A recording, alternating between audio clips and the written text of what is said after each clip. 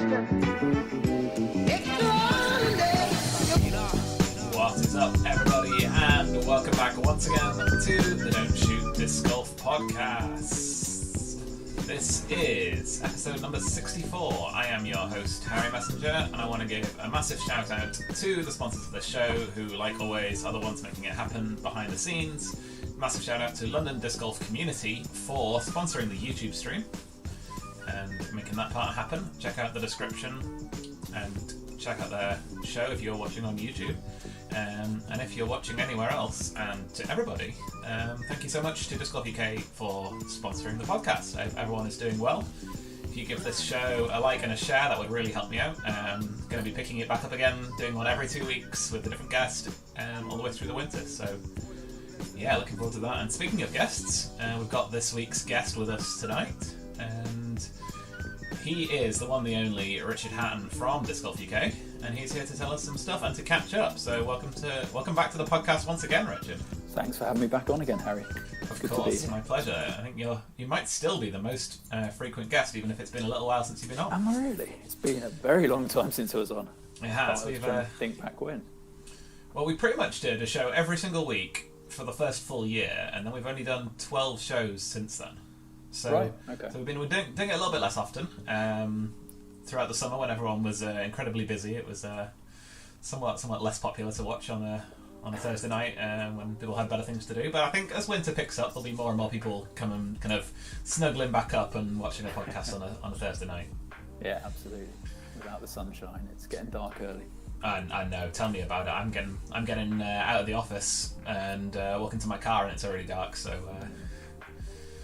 Yeah, not my favourite time of year, but there we go. We'll find some things to fill the time up. We've actually got some things planned to fill those winter nights up, so that's something to talk about.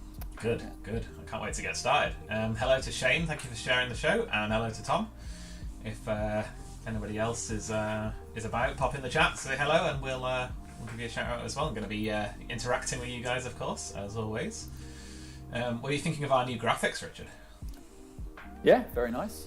I haven't seen the podcast in a while. I've been too busy with life in general, but yeah, no, yes. It's looking good.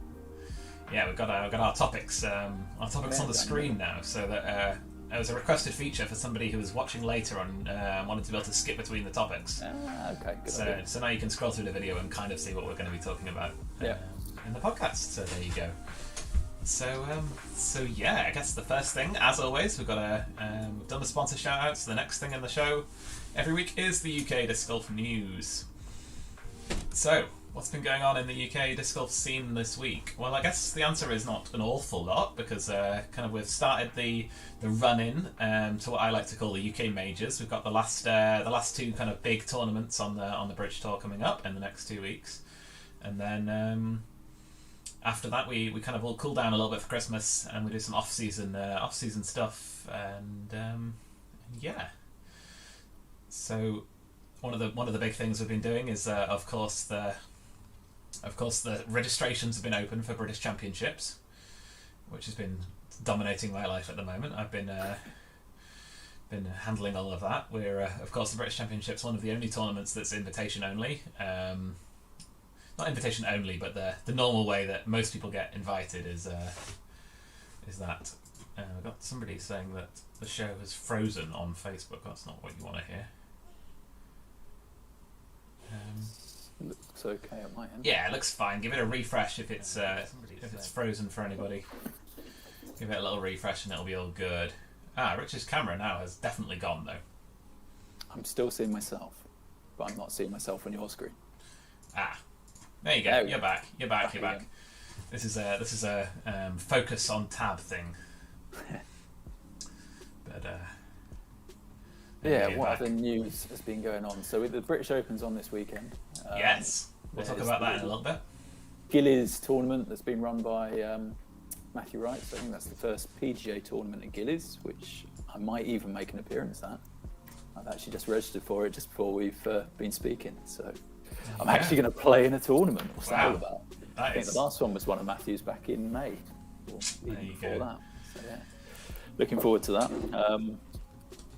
We've been behind the scenes still moving things along with Bedworth to see what's going to happen with the course changes there, discussions with the council, and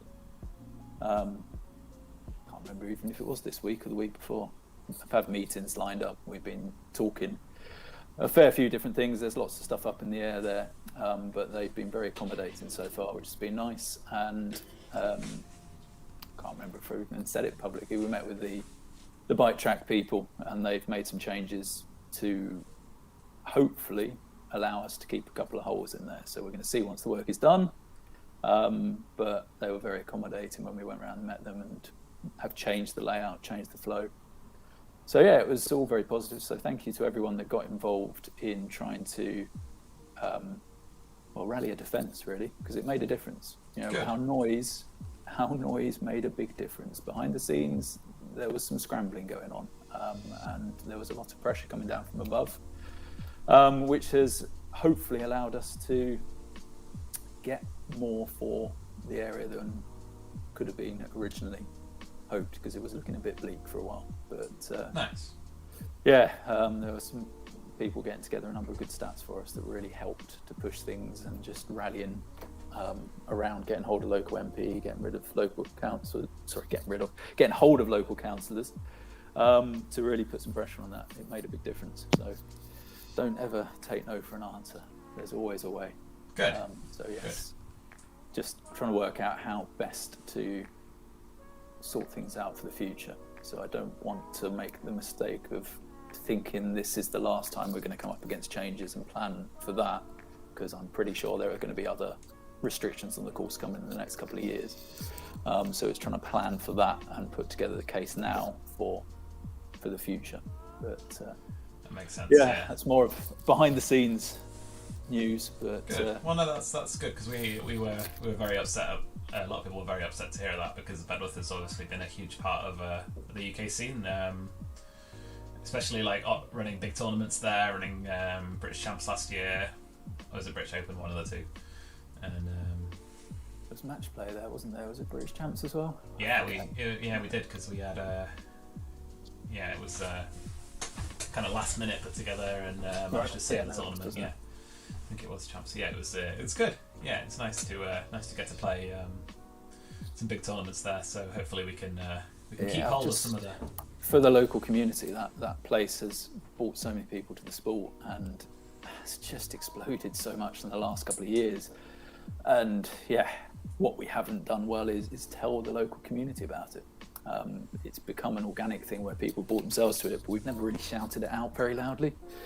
Which is it's our own mistake, it's our own fault there, that we haven't let the council know quite how successful it is. To them, we were 20 men and a dog. They didn't realise what a diverse group of people were playing there, and how many people were playing there on a regular basis. So it's, I think they're fully aware of that now. Good. So hopefully some very positive things can come from that in the future. Good. But, don't let them pull your courses out, guys, wherever you are. Fight the good fight. Speaking of courses, there's some UK disc golf news for everybody.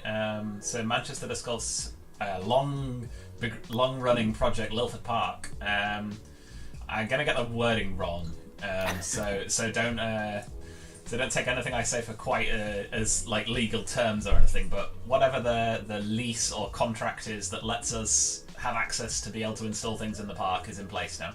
Fantastic. Officially signed. We don't have exclusive access or anything, so I think that's why the word isn't lease, but there's a term for it. Very similar thing to what you have with Bedworth. Yeah, it's almost a tenancy agreement. There you go, similar to that. Yeah, it's a sort of almost tenancy agreement, because they don't have anything in place at the councils. They have to come up with something that sort of works, and that is the closest. So that's really to good. Anyone frustrated with the speed that some of these courses take, it is a process. It is a hell of a process. It's we're working on courses that I was speaking to 5 years ago, and it's still happening. I'm still very confident we will get courses in, but it doesn't happen overnight. Some of them do, and I like those ones, but when you're talking with the councils and trying to get courses into council land, it can be very slow. But yeah, it takes a dedicated team to make it happen, and you guys up in Manchester have been that dedicated team. Yeah, it's been It's been really interesting to see it from the inside this time round, sort of the last year, the process they've had to go through. Because from the outside, it's really easy to criticise and say, "Oh, they've not done anything this year. I don't understand why there's been no progress." But just because there's nothing visible, really, it's just a communications problem. Because there are things going on, and having seen it from the other side and the amount of hoops you've got to jump through to get the course on the ground, it's crazy. But we're on the way. We've got people working on the layout right now. We've got a provisional layout that we've been through with the council, and they're apparently much more confident that we know what we're doing now we've explained things to them. So, but you've got a fantastic proof of concept there, so that helps. Yes, we've got our case study written up, and Longford Park is probably one of the most successful courses in the country, if not close to being there, and has been done on that community effort, that volunteer effort that got it there in the first place and has maintained it so well since. It's a good thing to be able to take to the council and show them that you are they, are the they you are. Yeah, well, we got the stats off UDisc, and where that Longford is the most played course in the country in the last year. So fantastic. In England, that is. I don't know about the ones in Glasgow. They're pretty popular too. And then so off the back of all of that, we had somebody pick up the sport in lockdown who's an employee of Salford Council. Oh, okay. And they brought the concept of disc golf to Salford to their boss, and they've got their boss very excited about it. So we're working on number 3 now. So that's how it grows. Get the hub, and they come out from there. Very exciting. Spokes then stick the way out, and on to the next one. It certainly makes it easier when you've got a proof of concept close that others will follow. Yeah, so not only those 2 exciting bits of news we've just said there, we've got another one being written in chat by Chris. Ulster University in Coleraine getting its 9 new baskets to make a full 18-hole course before Christmas, and AstroTurf tees. So well done, Chris. Course is going in Northern Ireland, and I played that course and it was really fun. It was a good course. So hopefully I'm going to get over there for the Irish Open next year. Yeah, fantastic. They're doing a great job over there in Northern Ireland. It's good to see the scene growing. I mean, we've actually got other courses in the south of Ireland that we haven't really pushed much. So there's been a couple that have opened up in the last couple of months. I just need to get hold of Ken and find out exactly where we are with everything, because I've been under the cosh a little bit, so I'm not sure at what stage of promotion we're at there, but there's a couple new Southern Ireland ones. Nice. Good. Things are growing. Things are happening. They are, and it's a very exciting time to be part of it. It is. So speaking of things going on with Disc Golf UK, let's go into that a little bit more and give people an update on what's been happening. It's been a busy year. A heck of a lot's been happening. So I don't know really where to start with. Everything that we were working towards is starting to come together. So that's kind of where we are. We'll be at another trade show next month, going out to all the landowners of Britain. We're in some fantastic dialogues at the moment with a number of key people around the country, big organisations, where it's looking very, very positive to get more courses in. We'll be following those up in the next 6 months. It's been the work of, as I said, 4 or 5 years. Some of these that we've been talking to, and battering down the doors to open things up. But we're getting there at last, and it's all starting to come together. There's just so many elements of it. I sort of talk of the course side most because that's what I get involved with the most. But on the sort of the warehouse side of things, Rachel's been in there now. How long has she been there? 7 months? Yeah, at least, yeah. 6 months, 7 months, and has done an incredible job. I mean, I hope that people that are using the retail website now are finding it a much smoother thing. It's not me getting involved. That's why. I'm very little involved in the retail website, which is a very good thing because I was never that good at it. Rachel has done a superb job. It's really well organised in there now. We're still having some teething problems with the website that we transferred over to back in February, so things are still throwing them heads up left, right and centre unexpectedly, and strange problems that don't seem to have a reason that they happen, which really makes stuff difficult. So sometimes stock goes out that shouldn't be, which is frustrating. But Rachel was very much on top of that and cracking on and just making it. It's ticking over so nicely now. It works really smoothly, and on the back of that, we now have the wholesale operation where we're sending our own stuff all over the country and all over the world. So you can buy launch discs and Disc Golf UK discs in nearly every continent now. Very good. We're not in Antarctica shop yet. Got to work on that down at the McMurdo station. But yeah, so that is all coming out of there. Rachel again has organised that fantastically well. And yeah, we are starting to grow the presence in other countries. There's a few exciting things coming up I can't quite talk about yet in that score, but we'll be talking about it very soon, as soon as some final bits get ticked off. Then on the other side, we've got Dan just coming up with new product after new product. A lot of you still won't really have met Dan. Those that came up to the Don't Shoot event up at the warehouse would have done, but many others haven't yet. But Dan is incredibly creative and fantastic at bringing a product out. So our latest one he's got there is the glow bags. So I don't know if you saw those, Harry. I did. Really happy with those. We're just waiting on. We got the ones out to the people that had pre-ordered, but the full launch is going to be, I think, in about a week's time. So we're just waiting on some bits to come through on that. But they're really cool. It's something different, and it's something that works incredibly well. And it's just, the power pack element there is fantastic for charging your phone on rounds as well as other things. But it's really neat. So here's some exclusive British Champs news. We'll go into this a little bit more when we finish talking about the Sculpt UK, but we're talking about glow bags. So on the Friday night before the tournament, so the day before, in the evening, we're going to do, instead of having a traditional distance contest and putting contest, we're going to do glow distance and glow putting. Right. On the Friday. So if anybody is coming up to Champs, make some time on the Friday night, and the prize for both of them is going to be one of those glow bags. So. Oh wow! I love it when these things are news to me. These surprises, before the show, I'll let you know what you're sponsoring the show with. I'm like, oh, okay. Is it? Right. You kind of get bypass these days. I just give Dan a ring and we gossip. Yeah. Far better that way. Take me out of the loop. Yeah. So we may as well talk a little bit about Champs now. Why not? Absolutely. We're rolling in, aren't we? So I like to call these two tournaments we've got coming up the UK majors. I think there's going to be a more official term for that later down the line, maybe next year. But British Open this weekend, and then British Champs in 2 weeks, Halloween weekend, and they're the two largest tournaments, I would say, in the UK calendar.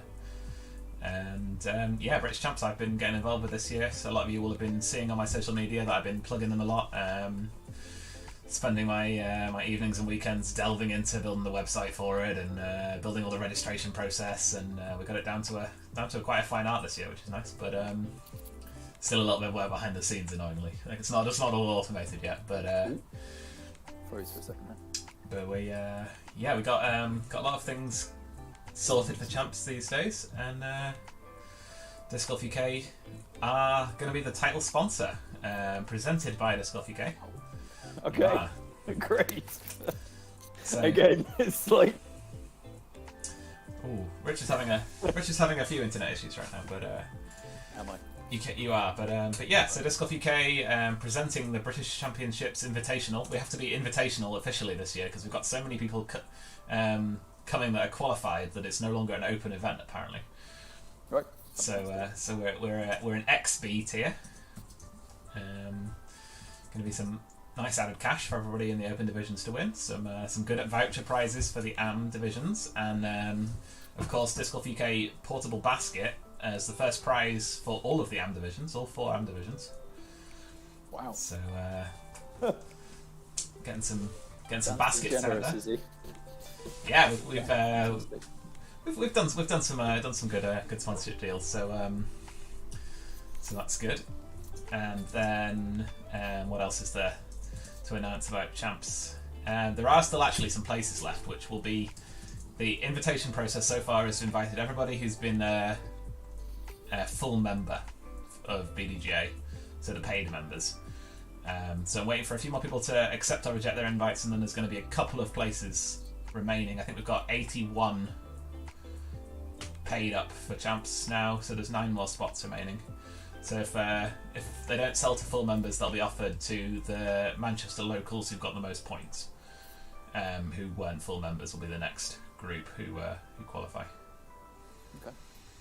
Just because we've got registration open to the current groups until the 20th, so there won't be very much time left for anybody to make plans to travel after that. Yep, makes sense. So just thought of UK disc golf news. Ooh. That's come up this week. So Oliver Radini, I'm not sure if you know Harry. Yes. Him, his brother, and a few others there in where is it? Just outside of Banbury. They've over the last how long we've been talking? 6 months more. They've been working on getting a little course going in. It's sort of a small community thing. It's not really a course as such.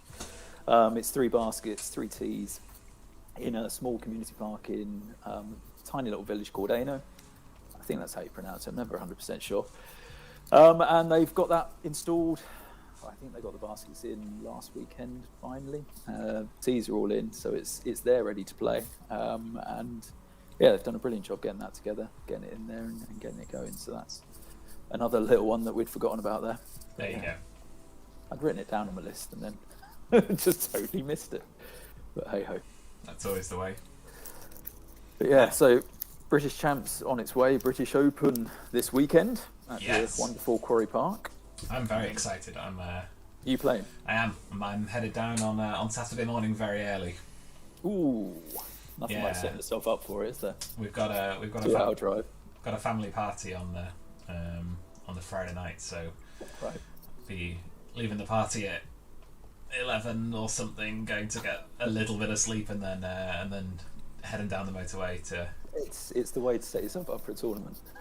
Yeah, well, all of the A very, tournaments that very I've- long, demanding tournament because it's going to be that. Sunday's round is going to be a beast.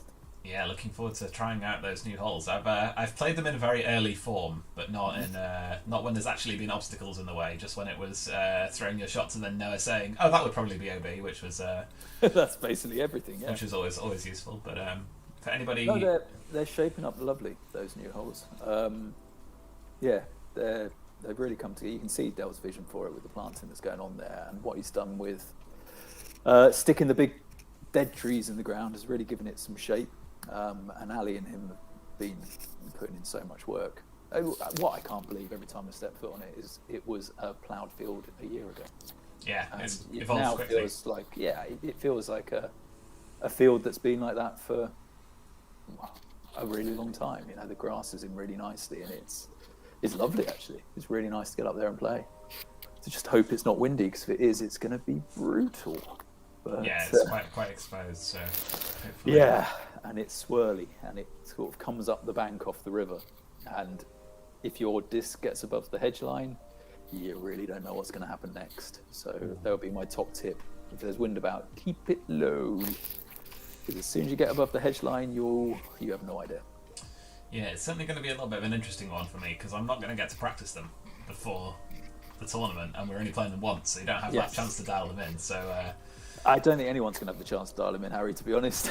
Yeah, I've managed to go through 2 under, I think, was my best, and that was managing to scrabble a 5 on the par 5. The par 5 can potentially destroy you. It's got the potential in there to absolutely take you apart. So I'm regularly throwing 6s on it, 7s. interesting. It's Play tough. it safe. Play it safe, I think, is the. Yeah, but even playing it safe, it is not an easy safe shot off the tee. You have an early Mando, which isn't that early. It's far enough down the fairway you can turn something over. If you're just not careful, and then you've got OB left and right all the way down, it's... Yeah, I've seen it messed up quite badly by people trying to play it safe too. There you go. That's the sign of a good including hole, me.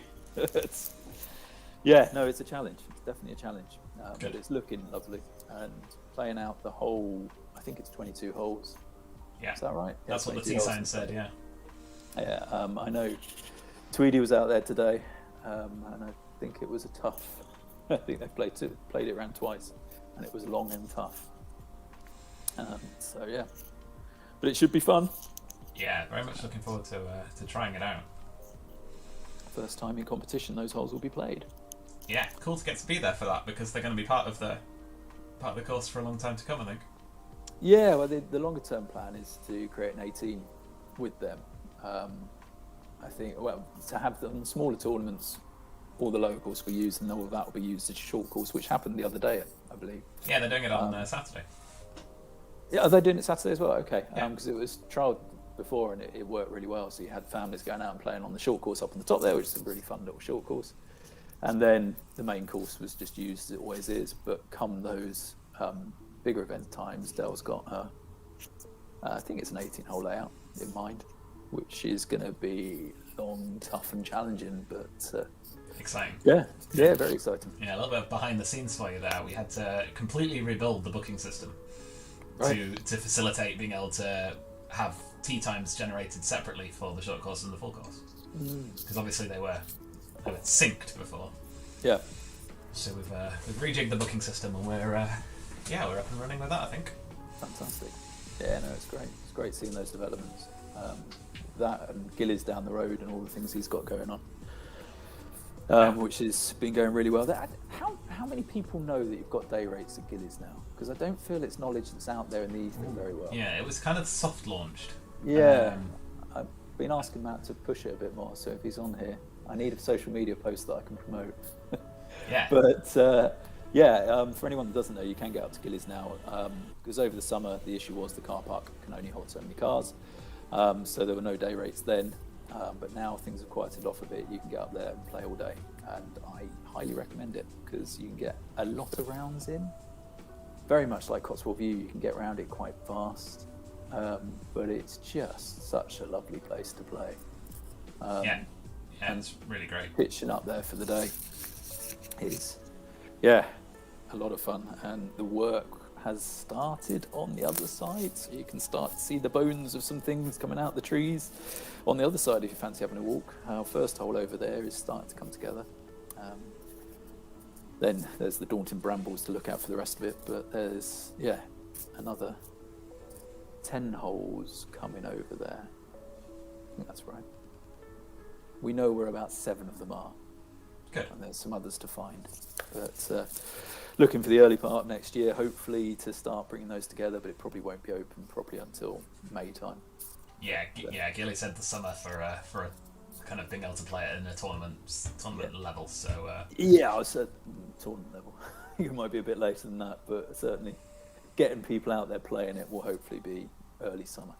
Yeah, I'm really looking forward to it. Gillies is an absolutely great place. If you haven't been yet, I would really recommend going checking it out, especially now there's a day rate that you can go and pitch up. And the day rate's not that much, actually. I was when I was building it, I was a little bit surprised that it was that cheap. It's fairly reasonable. So I don't think people are aware of it. So let your friends know. Matt has been promising to send me a social media post doing it, so I could then promote that on. But I'm yet to see it. So if he's listening to this, send it on to me, Matt. But yeah, we'll be there Sunday to go and check it out. I know he's had the tree surgeons in. Again, was it yesterday? So they're going up, getting rid of some of the dead limbs that are up in the trees from the tree thinning. One of which will actually finish off the hole. So hole 4, there's been a dead one hanging down that's blocked the line since we've opened. So that should hopefully be gone now. Yeah. I know exactly which branch you mean. Yep, the one that's got me again and again and again. It's right on the line that I want to hit. But yeah, so that will be clear for Sunday. And everything, just every time we're getting down there, it's looking a bit better again. He's putting so much work into it. And it's lovely to see, lovely to have that variation. So you've got the Parkland course at Quarry Park there, and then that wooded beast, which is going to be the long course layout there, is going to be a wooded beast. Yeah, really looking forward to it, and I really want to play one day. I want to play an ATO where I can play at both courses. That'll be the dream. That is the dream. Yeah, that's there as a possibility. Can't wait. One day. Yeah, certainly something we've got in mind. But working our way towards these things. Yeah, for sure. Talking of UK majors, actually, because we're still on there, I'm hoping to run the Welsh Open next year at Fellingerry, which will be, whilst it's not an A tier, we might have something, or we're hoping to have something very special for that. So some things are in the works, and that will be one I would highly recommend getting along to. Yes, we'll get onto that in a second because I want to talk about Fellingerry. But let's just quickly give a shout out to Shane Cooper in chat, who says, "Can't wait to play Gillies. Just need some time." Time might be something you're short of for a little while, Shane, because we want to congratulate you on your birth of your baby daughter. Fantastic. Wishing you all the best. Yeah, saw that the other day. That's superb. Good news, yeah. And hopefully it doesn't mean you're confined to the house for the next 10 years. Well, being that he's registered for champs in 2 weeks, I think there'll still be some disc golf going on. He has a very understanding partner. Yes, yeah, that's more or less what Amy said when I told her that. Yeah, absolutely. I don't think I would have quite got away with that one. But, yeah, congratulations, Shane. Congrats. But yeah, Fellingerry. So Welsh Open next year. I've been hearing some exciting things. I've been and played the course now. Obviously at the Invitational this year, it was absolutely fantastic. Those wooded holes are something pretty unique to UK disc golf.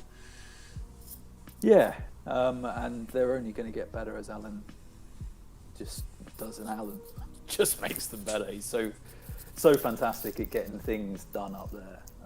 Surprises me every time with what he achieves. And we've got some longer positions to some of those holes as well. No, they're long enough. Tough enough already. But yeah, you have the first hole as you go up around the dogleg on the corner. There's a much longer tee position for that. Turns into a really true par 4, more of a gold level par 4. Whereas at the moment it's sort of not quite there. There's the one coming down the telephone wires, the electricity pylons downhill. There's a long position there, which it was a lot of work, so it's not gone in yet, but you take it back another 50 metres or so. Where it's basically the same shot because you've got the same elevation, but you've just got another 50 metres worth of it. And there's a few other spots where there's other tee position potentials, but goodness. The longest term plan, there'll be a couple more holes up there somewhere once he's got his new chalets in, because the plan is to get more glamping tents up there, which are going to be kind of wild glampers. Yeah, I wouldn't want to track my luggage up that hill, I'm telling you. Well, he's got the quads, so you Yes, wouldn't have true. He'll take them up for you. All you've got to do is go up there, take yourself away from society for a bit, cut yourself off from everything, and go and play some disc golf in the woods. I can think of worse things. Yeah. No, I love that place. It is absolutely beautiful. Anyone that's not been there yet, get yourself down there. The only thing I would recommend is not going after heavy rain, because you might not be able to play all of the river holes. There might be a couple washed out, but aside from that, there's still enough holes on the property that you'll fill them in with others. Yeah.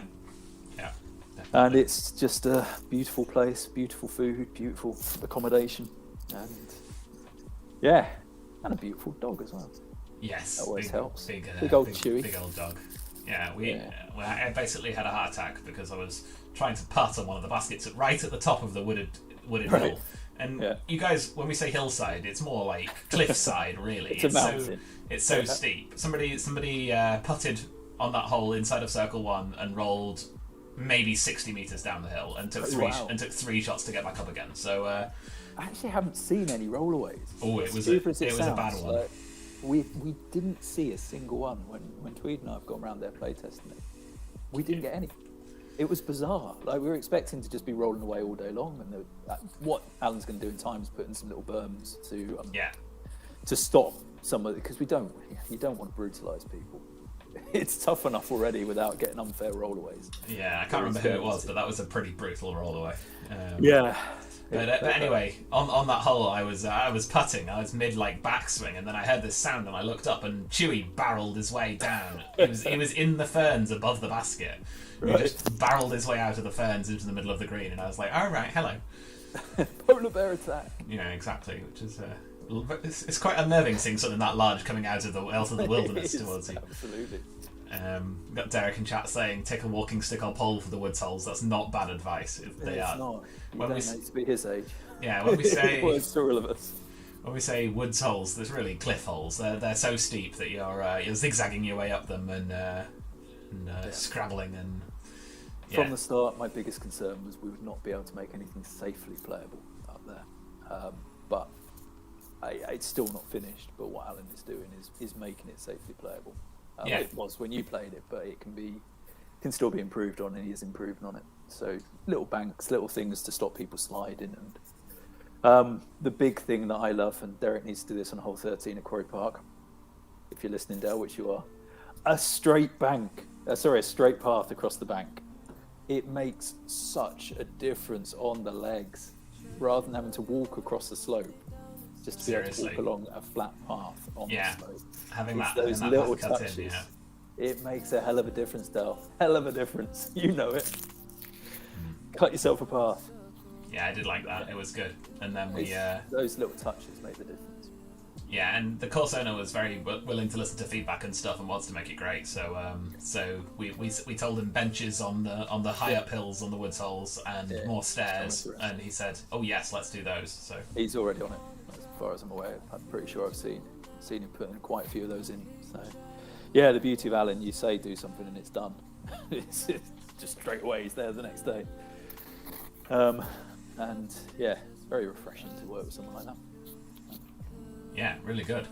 And we're speaking of UK majors. We should probably talk about what will probably be the other one. We played in was it 2 weekends ago now? We played at Bluebell Woods in Scotland. It was Eurotour number 7 for the Masters division. For everyone else, it was just the Caledonian Open. And yeah, it was another amazing trip up to Bluebell Woods, and 100-player field, which is always nice to see. Mm-hmm. We had some really good players there. A lot of people played incredibly well. I didn't play incredibly well. I was fairly mediocre. I'll take middle of the pack in MA1 as a result. Still good. It's fair enough. We'll ignore the fact that I would have been beaten by a lot of MA2, and I always ignore that. Including my Manchester brethren. But shout out to Cam, who tends to pop off on random tournaments and shot. I think he averaged 960 or something in MA2. Wow, it's as good as that. Very incredible. But yeah, it was a really cool tournament. Really fun time, and yeah, I definitely only lost 3 points on my rating, so not the worst result in the world, considering how many trees there are. Still, of course, I've not been to. I've got to get up there. You've not been? I don't have the time, so I need to link it in with a trip, which will be happening at some point. But yeah, I don't really get to play a great deal. No, too busy doing that. Then I get to walk around lots of lovely new fresh woods, so that's always nice. That's true. There are perks of the job. There are perks indeed. Ah, that was something we forgot to mention on Disc Golf UK news. Full time, Disc Golf UK. Yeah, which might be a surprise to some of you, but yes, I am actually now a full-time employee of the company, which up until the 31st of September I wasn't. So we've got other full-time employees, but I wasn't one of them. So in the last, whatever it is now, 6-7 years, it has been something I've done around the edges of a full-time job. Sometimes more than I should have been. But yeah, it's entailed a lot of 3-4 o'clock in the morning starts and midnight finishes over the years, but it's been worth it. So I am now doing this as my full-time job and trying to get a rhythm for it. Actually, I've been struggling with that for the last couple of weeks because I've been so used to just getting up stupidly early in the morning, doing 2-3 hours of work before the kids go to school, then jumping onto other things. And I don't need to do all the other stuff now, and I'm still there at the same time doing it. It's like, what are you actually doing now? You can just relax a little bit. You can calm down. You don't have to run at like 200% the whole time. So yeah, I'm just trying to find a rhythm that works at the moment. It's given me a lot of time to get out there, go and visit new sites, go and chase down new courses. So yeah, it's a lot of exciting stuff going on in the background, as there always is, but it's all coming together, and we're hopefully joining those dots up of the places where people shout out wanting courses. I can confirm that I've been into the areas of a few people that have shouted out a lot on social media recently in the last couple of weeks looking at new courses. So Nice. hopefully some of them are fantastic too. Good. Still need to get over the line with them, but they're on the way. So yeah.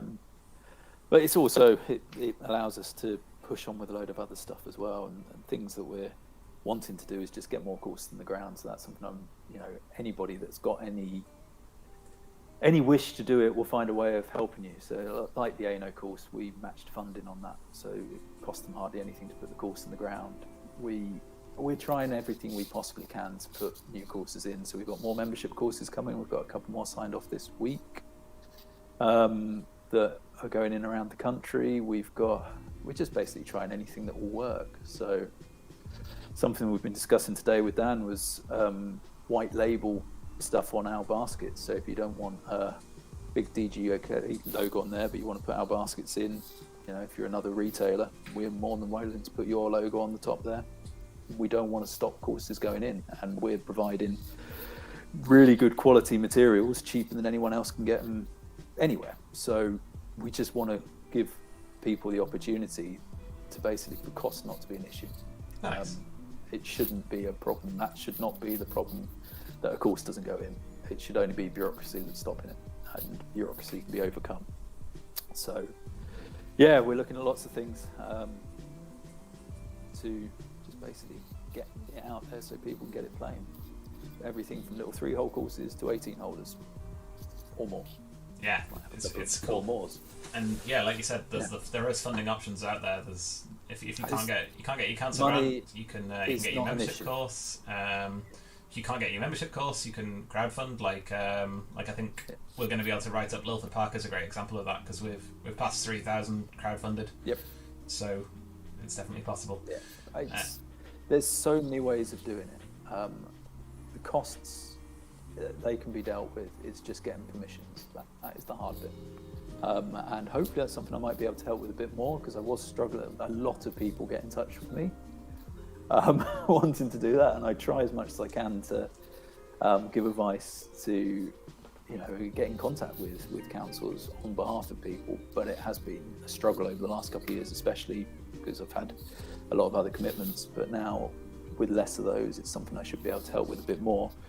But if it's not too local to me, then it does need to be something that I'm more advising at a distance, and someone else needs to be doing the groundwork on the ground, going to physical meetings and chasing it up in the first place. But we are here to help if you're wanting something. You've been in the process now, Harry. It's doable. It's not easy. Sometimes it's easy, but it's not as daunting as it may seem. You just need to get talking to the right people. We have case study after case study of how successful it can be in so many different environments. It just ticks all the boxes for councils. That's the crazy bit with it. As long as you can safely put it into a park, it ticks off everything that they're trying to achieve. But yeah, what we need to do is get the Sport England recognition, and then they can give us £300,000 parks, which they've done with that mountain bike thing. That shouldn't cost more than about 10 grand to put in, but anyway, there we go. Someone's making their money. Hey ho. Yeah, one day we'll be talking about our own funding. I think that day is that far away. Realistically, the growth of the sport is pretty phenomenal and fairly sustainable. So. Did you see that that story coming out of Switzerland that the lead card of their local C tier got drug tested by their Olympic committee? I believe it was being done about 7 years ago in Norway. Yeah. So I don't think they are the first. I'm sure it was about that long ago, because the Norwegian lot were in a similar setup. But yeah, random drugs tests. It's an interesting one, isn't it? Yeah, I'm not sure how well that would go at some of the tournaments. No. But it's if we want that Olympic recognition, and the PDJ does, and you know that's a road they're going down. It will be a thing that happens. Yeah. Whether certain recreational drugs are in the longer distance an issue, I assume probably in time they will come off, because they're certainly not performance enhancing. So I can't really see it being a longer term thing, but certainly as a short term road bump, it could be a problem for some people.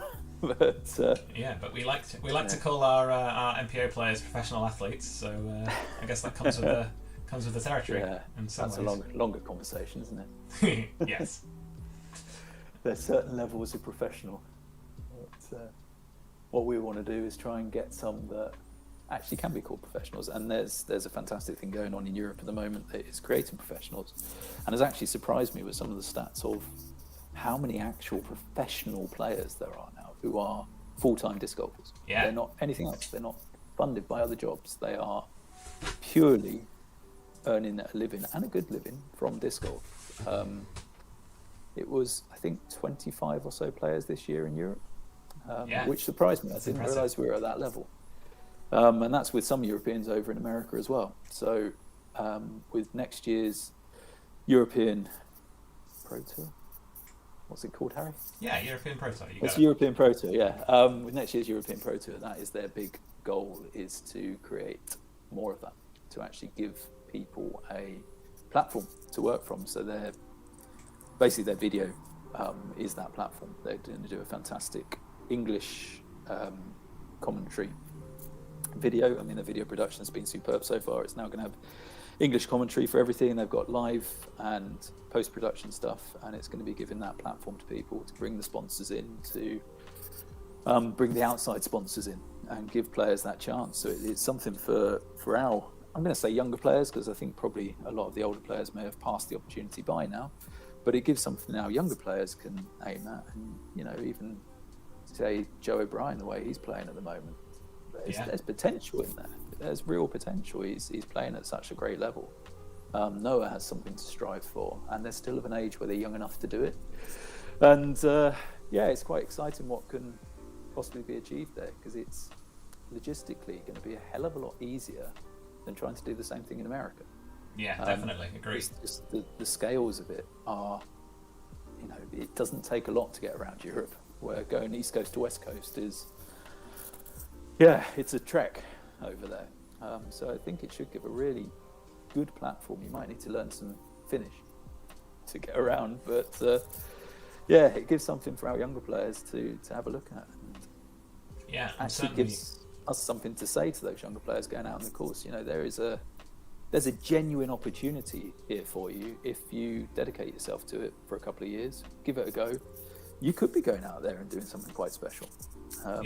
Imagine how cool that would be. So I'm excited to see where that goes next year.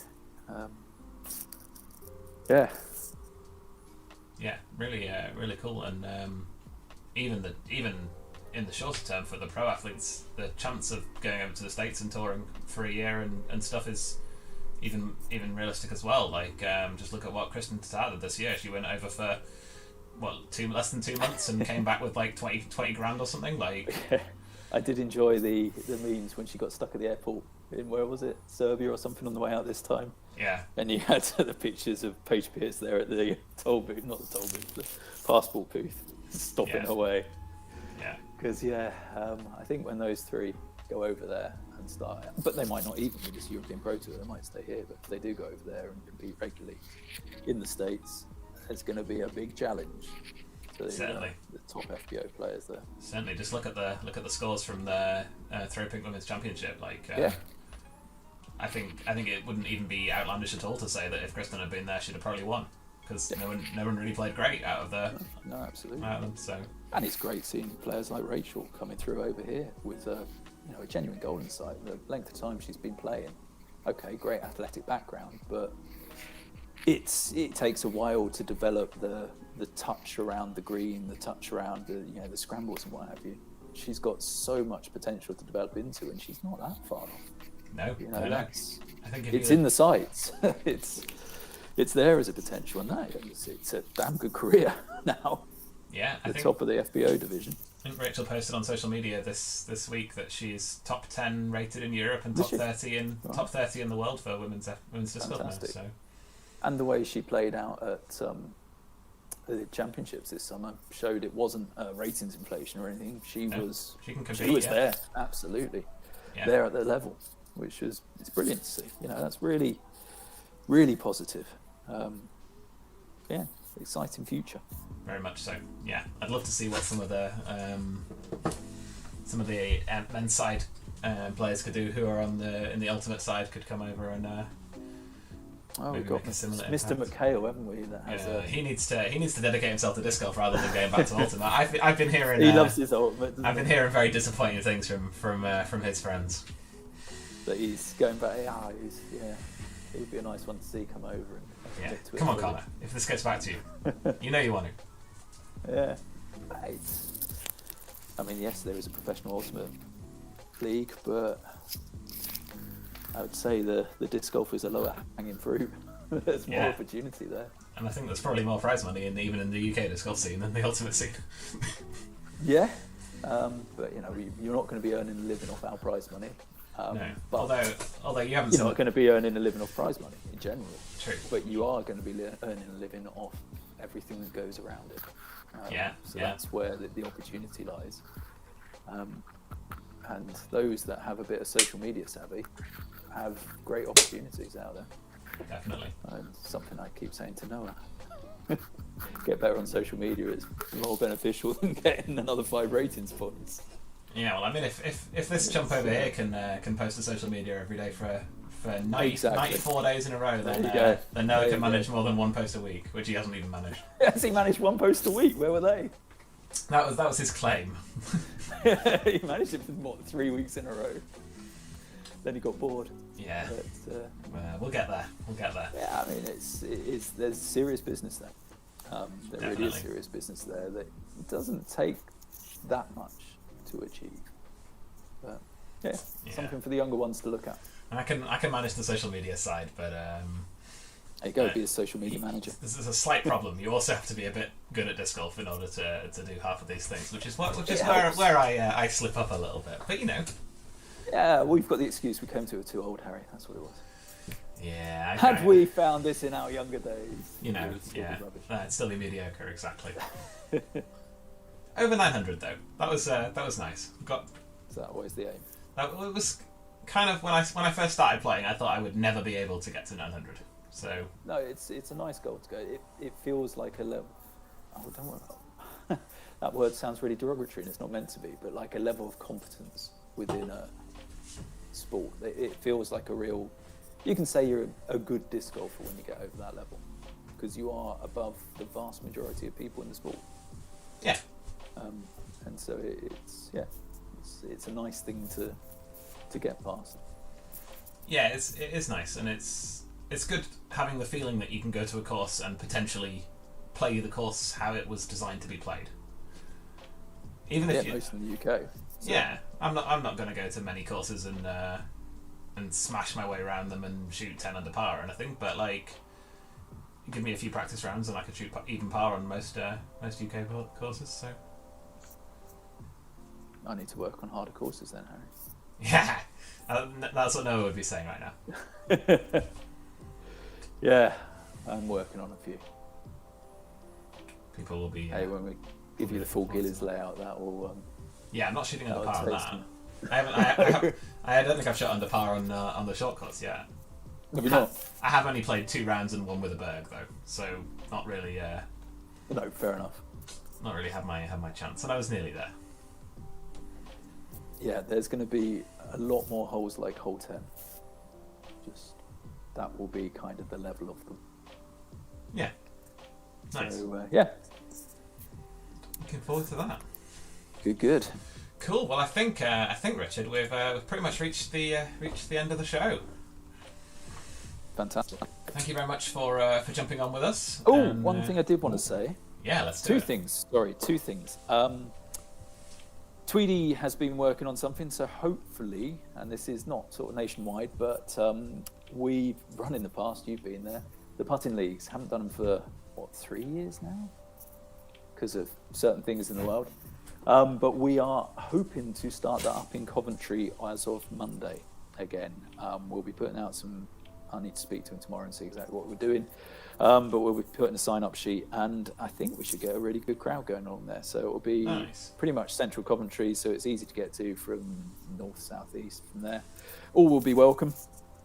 And I think in the hall that we've got, we're going to be able to do putting channels. There's also going to be some nets, so there can be a whole range of different things. So we can potentially do some coaching. We can do all sorts. So it'll be, I think the plan is 7 till 9 on a Monday evening at the moment. Nice. But we'll confirm that probably tomorrow, because it might be starting this Monday as a bit of a soft start. But we'll be trying to run that over the winter. Probably be doing some glow stuff during the weeks as well, somewhere. And the other thing, Harry, Disc Golf Valley now the nights have drawn in. Ooh, Should we be running that again? Maybe. We'll I've not see. played since we last ran one. No, I so, haven't either.